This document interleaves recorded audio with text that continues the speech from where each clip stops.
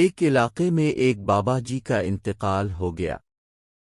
جنازہ تیار ہوا اور جب اٹھا کر قبرستان جانے لگے تو ایک آدمی آگے آیا اور چارپائی کا ایک پاؤں پکڑ کر بولا، مرنے والے نے میرے 15 لاکھ روپے دینے ہیں، پہلے مجھے پیسے دے دو پھر اس کو دفن کرنے دوں گا۔ اب تمام لوگوں کھڑے تماشا دیکھ رہے تھے۔ بیٹوں نے کہا، مرنے والے نے ہمیں کوئی تو ایسی بات نہیں بتائی کہ وہ مقروض ہے، اس لیے ہمیں پیسے نہیں دے سکتے۔ مرنے والے کے بھائیوں نے کہا، جب بیٹے ذمہ دار نہیں تو ہم کیوں دے؟ اب سارے کھڑے ہیں اور اس نے چارپائی پکڑی ہوئی ہے۔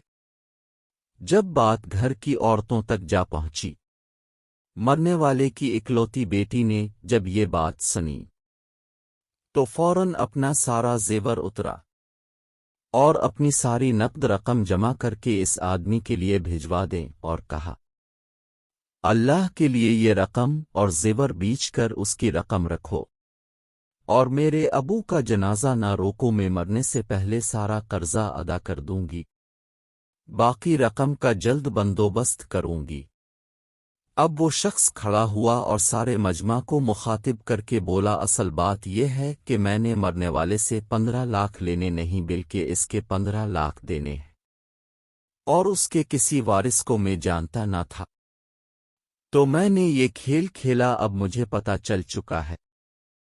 اس کی وارث ایک بیٹی ہے اور اس کا کوئی بیٹا اور کوئی بھائی نہیں۔ اب بھائی منہ اٹھا کر اسے دیکھ رہے تھے اور بیٹے بھی۔ محترم دوستو، جن کی بیٹیاں ہیں بہت خوش نصیب ہیں، لہذا بیٹی کی پیدائش پر خوش ہونا چاہیے۔